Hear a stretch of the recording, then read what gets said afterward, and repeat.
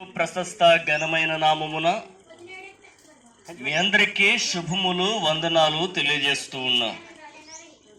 మీరు ఏ పనిలో ఉన్ననో కొద్ది నిమిషాలు ఈ మాటలు ఆలకించవలసిందిగా ప్రేమతో మనవి చేస్తూ ఉన్నాం. గమనించండి, ప్రభువు అని యేసుక్రీస్తు వారు ఏ విధముగా సర్వ మానవాళిని పిలుస్తూ ఉన్నారు. ప్రయాసపడి భారమును మోసుకునుచు ఉన్న సమస్త జనులారా నా యొద్దకు రండి, నేను మీకు విశ్రాంతిని కలుగు చేస్తానని యేసుక్రీస్తు వారు పిలుస్తూ ఉన్నారు. అవును ప్రియులారా, ఈ లోకంలో ప్రతి ఒక్క మానవుడు అనేకమైన ప్రయాసలలోనూ అనేకమైన భారాలలోనూ సతమతమవుతున్నటువంటి పరిస్థితిని మనం చూస్తూ ఉన్నాం. అవును ప్రియులారా, ఈ లోకంలో ఎక్కడ చూసినా శాంతి లేదు, సమాధానము లేదు, కుటుంబాలలో శాంతి లేదు, భార్యాభర్తల మధ్య సమాధానము లేదు, బిడ్డల మధ్య సమాధానము లేదు, గ్రామములో మరి దేశములో సమాధానం అనేది లేదు. ఎక్కడ చూసినా భయంకరమైనటువంటి దుర్దినాలు, భయంకరమైనటువంటి వార్తలు మనం వింటూ ఉన్నాం. భయంకరమైన బల్వన్ మరణాలు పెరిగిపోతూ ఉన్నాయి. ఆత్మహత్యలకు అనేకులు పాల్పడుతూ ఉన్నారు.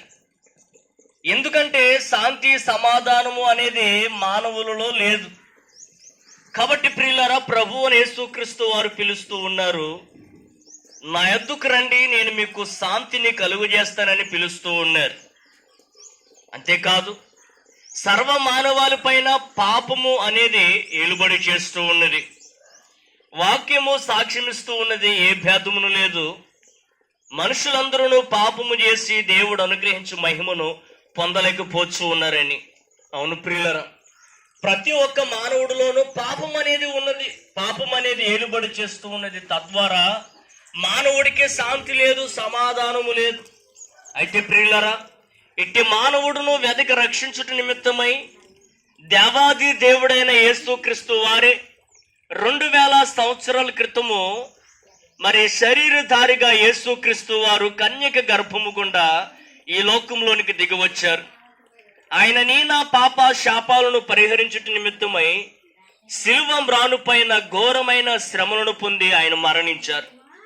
ఆయన మరణించి సమాధి చేయబడి తిరిగి సజీవునిగా మృతులలోంచి లేచి పరలోక రాజ్యానికి వెళ్ళి ఉన్నారు. ఈ మాటలు వింటున్న ప్రియ సహోదరి సహోదరుడా, దేవుని ప్రజలారా గమనించండి, యేసుక్రీస్తు రక్తము మనల్ని ప్రతి పాపముల నుంచి విడిపించి పవిత్రులుగా నిర్దోషులుగా చేస్తూ ఉన్నది.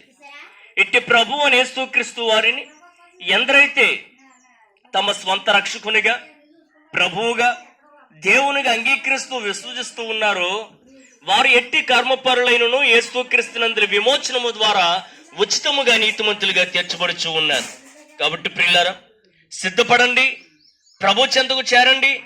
ప్రభువునందు మనం చేరినట్లయితే మనకి శాంతి సమాధానము నెమ్మది అనుగ్రహింపబడుచు ఉన్నాయి. మరి శాంతితో ఈ లోకంలో జీవించగలం. ఈ లోకాన్ని విడిచిపెట్టిన పిమ్మట మరి నిత్య జీవానికి వారసులుగాను దేవుని రాజ్యానికి వారసులుగా మనం చేయబడతామని ఈ కొద్ది మాటలు తెలియజేస్తూ ఉన్నాం. దేవుడి మీ అందరినీ దీవించునుగాక. మన ప్రాంతం క్షేమం కొరకు చిన్న